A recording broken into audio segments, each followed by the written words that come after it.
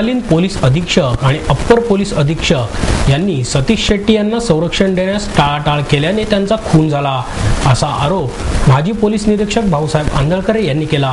शेट्टी खून प्रकरणाचा तपास चुकीच्या पद्धतीने झाल्याचे निष्पन्न झाल्यानंतर सीबीआय कडून सध्या त्याचा फेर तपास करण्यात येत आहे। त्यातून धक्कादायक माहिती पुढे येत आहे। आंधळकर यांच्यासह 10 जणांची पॉलिग्राफ चाचणी सीबीआय कडून घेण्यात आली आहे। या पार्श्वभूमीवर आंधळकर यांनी पत्रकार परिषद घेऊन रामनाथ पोकळे यांच्यावर गंभीर आरोप केले। आंधळकर म्हणाले, माहिती अधिकार क्षेत्रातील कार्यकर्ते सतीश शेट्टी हे त्यांच्या खुनाच्या घटनेपूर्वी 5 दिवस संरक्षण मिळावे म्हणून पोलीस अधीक्षकांच्या कार्यालयामध्ये फेऱ्या मारत होते। मात्र तत्कालीन पोलीस अधीक्षक प्रताप देवावकर आणि अप्पर पोलीस अधीक्षक रामनाथ पोकळे यांनी त्यांना संरक्षण देण्यास टाळाटाळ केली। शेट्टी यांना पोलीस संरक्षण पुरवावे असा रिपोर्ट स्थानिक पोलीस ठाण्याने पाठवला होता। खुनाच्या घटनेपूर्वी शेट्टी स्वतः पोलीस अधीक्षक कार्यालयात फेऱ्या मारत होते। पोकळे यांनी त्याकडे हेतुपुरस्सर दुर्लक्ष केले, त्यामुळेच खून झाल्याचा आरोप आंधळकरांनी केला आहे।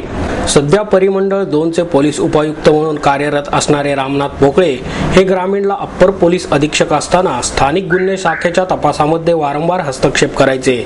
शिरूर येथील एका खून प्रकरणामध्ये त्यांनी विशेष रस घेतला होता।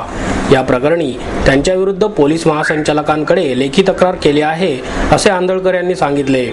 पोलीस निरीक्षक सुशील कदम, सतीश शेट्टी यांचे चुलत भाऊ महेश शेट्टी, दिनेश शेट्टी यांच्या जबाबावरून सीबीआयने आपली पॉलिग्राफ टेस्ट घेतली।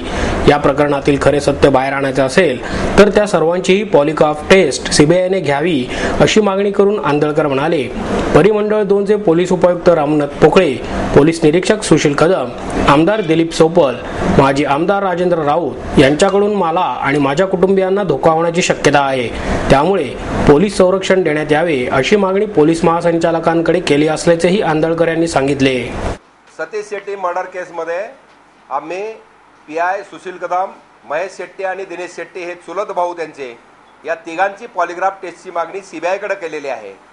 सीबीआय आणि जनमानसामध्ये संभ्रम निर्माण करण्याचं काम हे तिन्ही लोक करत आहेत। याकरता आम्ही पॉलिग्राफ टेस्टची मागणी केलेली आहे।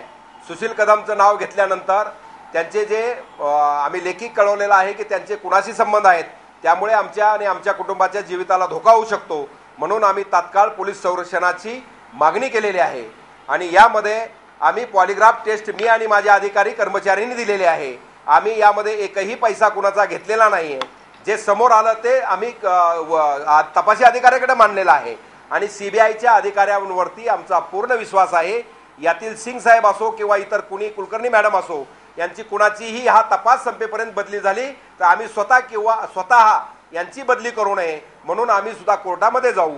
फक्त यामध्ये जनमानसामान्यामध्ये आमच्या पोलीस डिपार्टमेंटबद्दल, पुणे ग्रामीण पोलीसबद्दल, महाराष्ट्र पोलीस दलाबद्दल समज निर्माण करण्याचं काम जी मंडळी करते त्याकरता आम्ही आज प्रेस पुढे आलेलो आहोत आणि यामुळे जनतेचा संभ्रम निघून जाईल अशी माझी अपेक्षा आहे। सतीश शेट्टी मर्डर केसमध्ये 13 जानेवारी 2010 त्यांचा मर्डर झाला। त्यापूर्वी 4 ते 5 दिवस ते पोलीस प्रोटेक्शन त्यांना निःशुल्क देण्यात यावं असं दिलीप शिंदे यांनी लेखी रिपोर्ट हा SP साहेबांकडे पाठवलेला होता।